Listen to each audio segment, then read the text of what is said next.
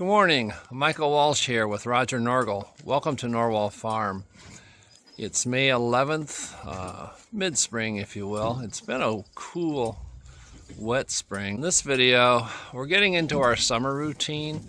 Got the ewes and does out on pasture, so this year we're doing daily pasture changes, and we'll get into that. It's actually working pretty well. Behind me you can see the October fat lambs.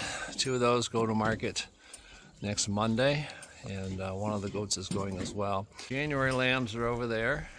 They're getting shorn the 3rd of June, I believe, and then we'll combine those with this group. So we're getting along into the summer routine. Breeding season has started again. We'll be breeding another 10-12 days. That will be for our October lambs. So if you haven't already, please subscribe to our channel. Ring the notification bell. That will alert you of any new videos. And if you would, please hit the like button and leave us a comment and share this video with a friend. So let's get started. We've got our next paddock set up. Goes all the way down to where those 2 white reels are. They've been on this just about 24 hours. And they've grazed it down pretty well. We want them to graze about half, which I think they have. So we'll take this down, let them over, and then I have to move the dog feeder and the mineral feeder. Pasture shift is complete. They were ready, they walked right over. Got the dog feeder up there, water tanks here, mineral feeders right there. And tomorrow they will go the next one over, and I will take this section down, move it up, and then let them over into the next section. And then we won't need this one on the end either, so that'll be my next one after that. But it's working well. Just give them enough for one day. Like I said, you can see the difference here, how much taller that is than this. They've eaten about half of this side off, which is what you want. You want them to eat it down to about 4 to 6 inches, which is where that's at.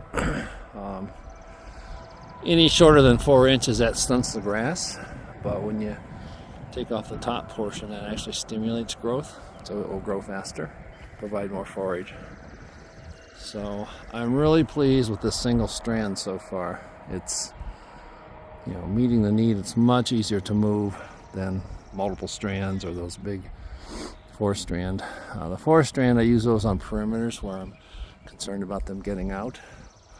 But on the interior fences, this is working really well. So pleased with the way this is working. One thing I'm noticing on these daily pasture changes is the more even distribution of manure. There. So that's better for the pasture. When you have a more concentrated group, they cover the ground more often, and therefore they defecate more, so they more evenly spread the manure. When I was changing them every 2, 3, or 4 days, you would have different areas of more intense manure distribution compared to others. So that seems to be working well. And I have to check these every day, and it doesn't take long to move the fence. Maybe 5 minutes longer than what it does to check them in general. So it's really working out. I'm very pleased with it. The ewes are doing well. The kids are growing well. Knock on wood, no signs of diarrhea on the kids yet. And they're about the age where they would be getting that. So I'm hopeful this is going to work. We're going to be breeding 12 of these ewes in about 2 weeks.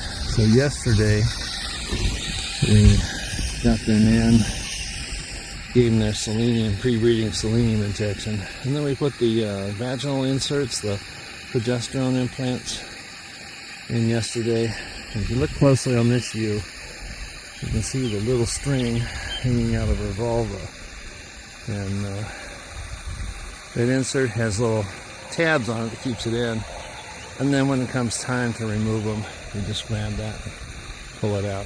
So in about another 12-13 days, We'll get them back in, we'll remove those. When we remove it, we give them an injection of what's called PG600. It's another hormone. Stimulates follicular development and ovulation, dropping the follicles. So we pull those CIDRs out, give them the injection, and then we turn them in with the rams. And usually they're in heat the next day or within 48 hours.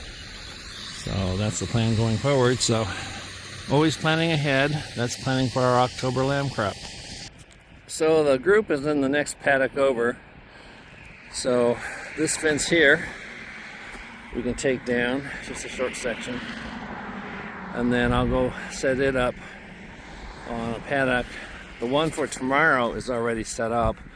So I'll set this up today, and that way we'll be 2 days ahead. So it won't take long to do this. We'll get it done. These posts are very simple to put in. You just step them in, and that's all you do. So I've got this whole line set down to that wooden post on the far fence, right where the dog ran across.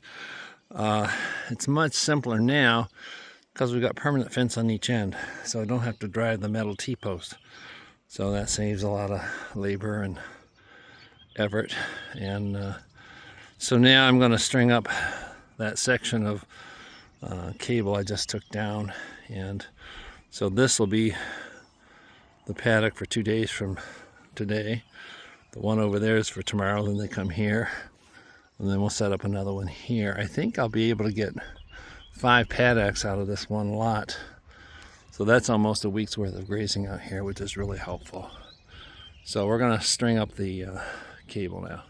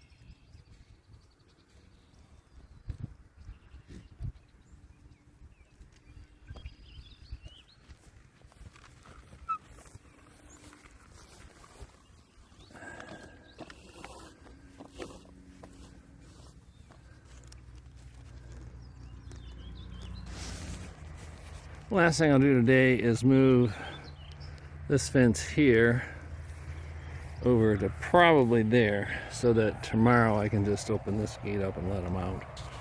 So we'll get that shift done. This is our goal, just to have them content, grazing or laying down and resting. They're ready for a change in the morning, but they're not screamingly hungry.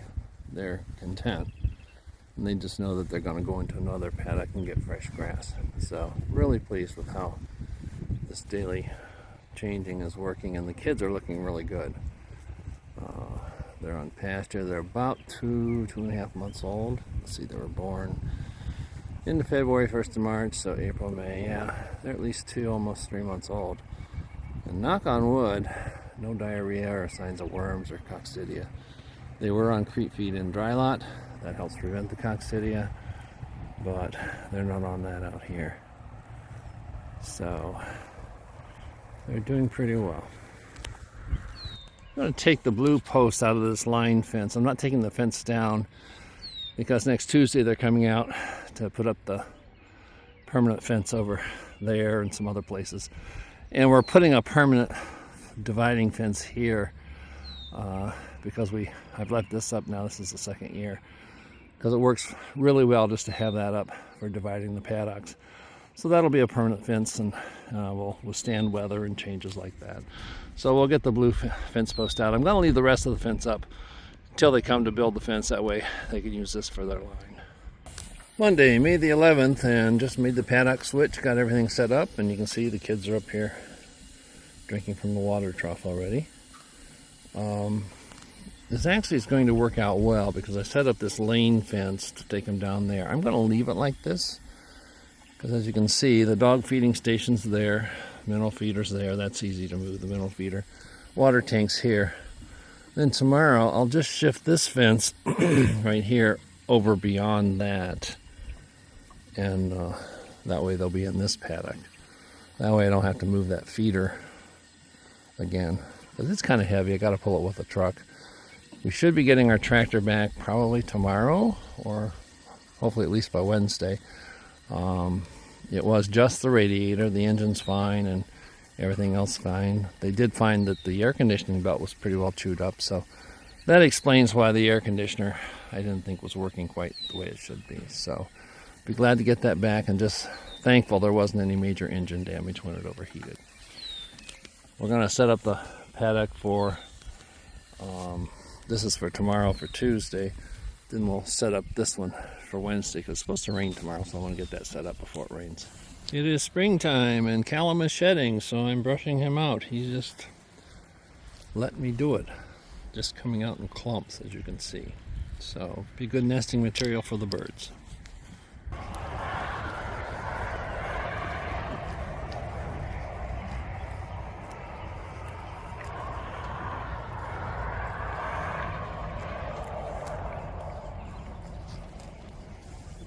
Everybody's feeling frisky this evening.